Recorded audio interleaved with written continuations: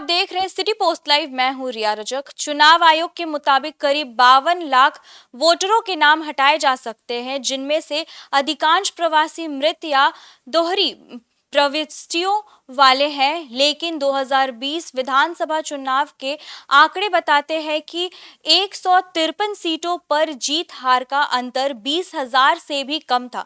ऐसे में हर एक वोट मायने रखता है। क्या ये सिर्फ प्रशासनिक प्रक्रिया है या फिर इसके पीछे कोई राजनीतिक रणनीति छिपी है? इस पूरे मुद्दे पे बातचीत करने के लिए सिटी पोस्ट लाइव के मैनेजिंग एडिटर श्रीकांत प्रत्युष मौजूद हैं। सर, देखिए है क्या कि 52 लाख लोगों के नाम कट सकते हैं, क्योंकि इसमें से कई लाख लोग ऐसे हैं, जैसे 20 लाख लोग जिंदा ही नहीं हैं, 7 लाख लोगों का एक से दो जगहों पर नाम है, तो उनके नाम कट सकते हैं। तो लगभग ये 52 लाख लोगों की संख्या है।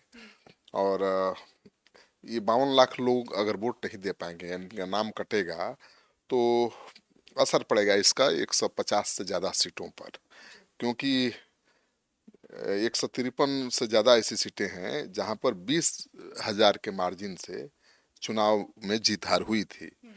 तो अब मान लीजिए कि 20,000 के मार्जिन से ही जीत हार हुई थी, और हर विधानसभा क्षेत्र में अगर 20-25 हजार लोगों के नाम कट जाएंगे तो पूरा समीकरण ही बिगड़ जाएगा। और कई ऐसी सीटें थी, जैसे जहां 20,000 से ज़्यादा का मार्जिन नहीं था, तो ऐसे जगहों पर जो लोग जाति धर्म का गुणा भाग कर एमएलए बनने की उम्मीद लगाए बैठे हैं, उनका गणित गड़बड़ा सकता है, वो चुनाव हार सकते हैं, चाहे वो महागठबंधन हो या एनडीए हो।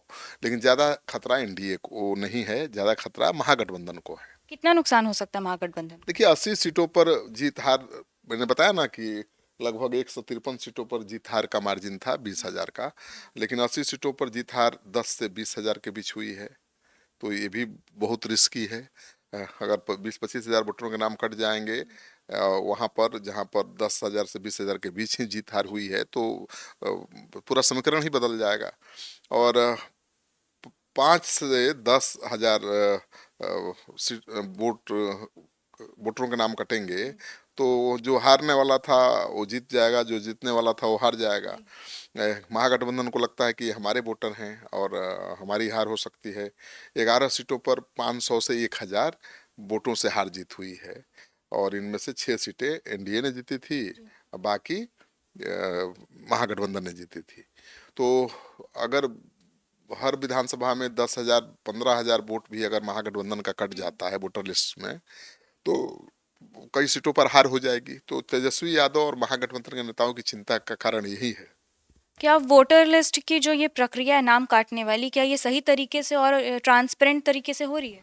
पहले तो ये फिर से मैं आपको समझा दूं कि जो 52 लाख वोटरों के नाम कटेंगे उसका असर क्या पड़ेगा। तो जैसा कि मैंने बताया कि 153 सीटों पर हार जीत का मार्जिन 20,000 से ज़्यादा का नहीं था, तो यहाँ पर रिजल्ट खराब हो जाएगा। और दूसरी बात यह है कि 80 सीटों पर जीत हार का मार्जिन 10 से 20 हजार के बीच था, तो यहाँ पर भी जीतने का समीकरण बदल जाएगा।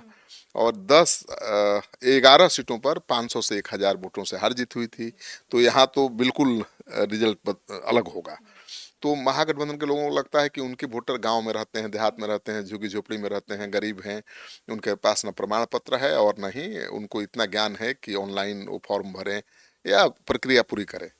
तो महागठबंधन को डर लगता है कि उनके वोटरों का नाम ज्यादा कट सकता है। महागठबंधन ये इल्जाम तो लगा रही है कि महादलित पिछड़ा इन लोगों को समझ नहीं है और इन लोगों का नाम हट जाएगा। क्या ये सिर्फ गुमराह किया जा रहा है या ये सही में इल्जाम सही है?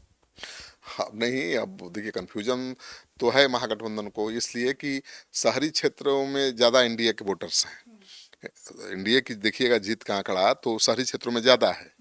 तो शहरी क्षेत्रों में तो कैंप लगते हैं, लोग पढ़े लिखे हैं, उनके पास प्रमाण पत्र भी है, वो अपना नाम कटने से बचा लेंगे। लेकिन जो गांव देहात में रहते हैं, झुग्गी झोपड़ी में रहते हैं, उनके पास ना प्रमाण पत्र है ना कागज पेपर है, तो उनके लिए मुश्किल है अपना नाम बचाना।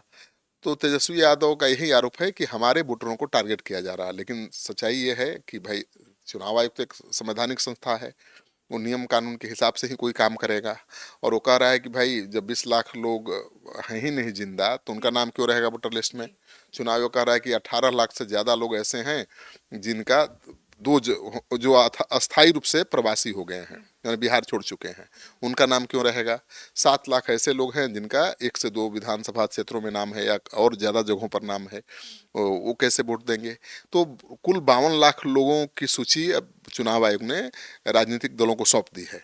अब राजनीतिक दलों की जिम्मेवारी बनती है कि वो जांच करके बताएं कि चुनाव आयोग ने जो 52 लाख लोगों को छाटा है तो वो सही है या गलत है। अगर वो गलत है तो प्रमाण दें। चुनाव आयोग ने समय भी दिया है 1 महीने का कि आप 1 महीना के अंदर भी अगर प्रमाण दे देते हैं तो वैध माना जाएगा। तो अभी जो वोटरों की सूची छप रही है वो फाइनल नहीं है। सितंबर में जो छपेगी वो फाइनल होगी।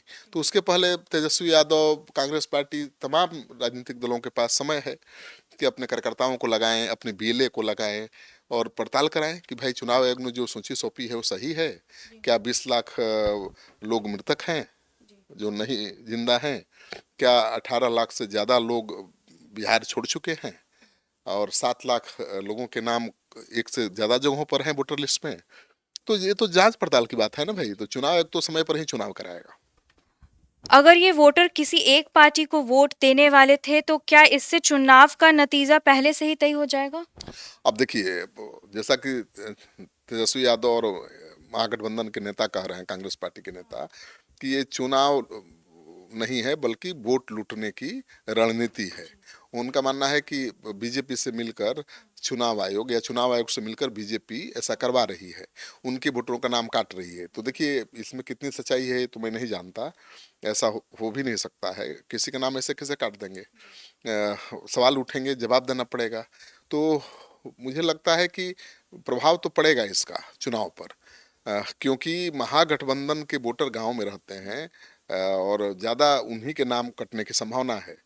ज़्यादा नाम अल्पसंख्यकों के कटने की संभावना है, क्योंकि कहा जा रहा है कि कई विदेशी लोग हैं जो वोटर लिस्ट में शामिल हैं। तो विदेशियों के नाम कटेंगे, मुसलमानों में जो बांग्लादेशी हैं उनके नाम कटेंगे, तो रोहिंग्या मुसलमान हैं उनका नाम कटेगा। तो मुश्किल तो महागठबंधन की ही बढ़ेगी ना, क्योंकि एनडीए को तो वोट करते नहीं है मुस्लिम, वो तो महागठबंधन के लिए वोट करते हैं। तो उनका 10-20 लाख जो भी नाम कटेगा तो नुकसान तो महागठबंधन को होगा और फायदा सीधे एनडीए को मिलेगा। तो अगर वाकई हर विधानसभा में 20 से 25 हजार वोटरों का नाम कट जाते हैं और उसमें से 15,000 भी अगर महागठबंधन के वोटर होते हैं तो चुनाव का नतीजा पूरी तरह से बदल जाएगा। तेजस्वी यादव, महागठबंधन के नेता तमाम कोशिश के बावजूद शायद ही कहीं जीत पाएंगे, मुश्किल बढ़ेगी।